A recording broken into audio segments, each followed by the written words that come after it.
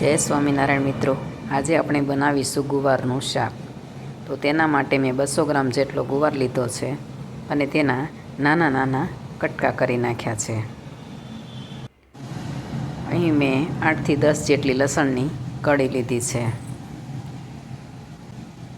અને તેની અંદર આપણે 1 ચમચી જેટલું લાલ મરચું ઉમેરીશું અને તેને આપણે ખાયણીની મદદથી ખાંડીને તૈયાર કરી દઈશું.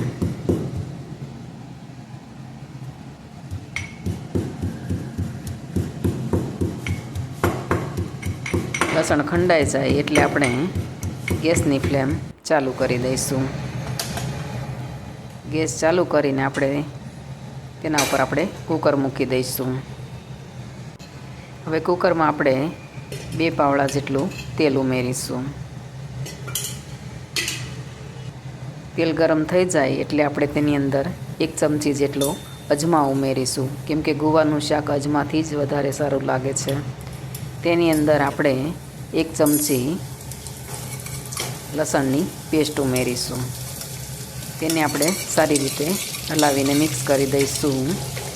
ગેસની ફ્લેમ આપણે ધીમી રાખીશું કે જેથી લાલ મરચું છે તે એનો કલર જળવાઈ રહે.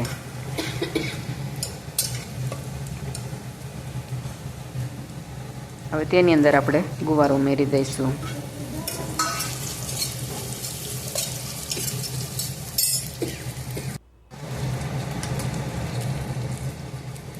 પછી તેની અંદર આપણે અડધી ચમચી જેટલું હળદર નાખીશું, અડધી ચમચી લાલ મરચું નાખીશું, અડધી ચમચી આપણે ધાણા જીરું ઉમેરીશું અને અડધી ચમચી જેટલું આપણે અંદર મીઠું અને ઉમેરીશું સ્વાદ પ્રમાણે.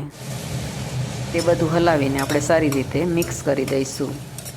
હવે તેની અંદર આપણે અડધો ગ્લાસ જેટલું અંદર પાણી નાખીશું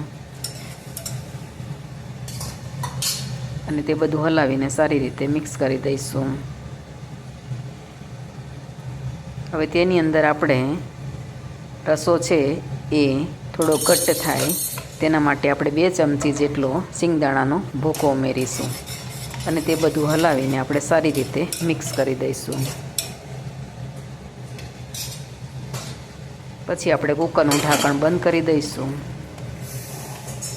અને 3 થી 4 સીટી થાય ત્યાં સુધી આપણે તેને ચડવા દઈશું.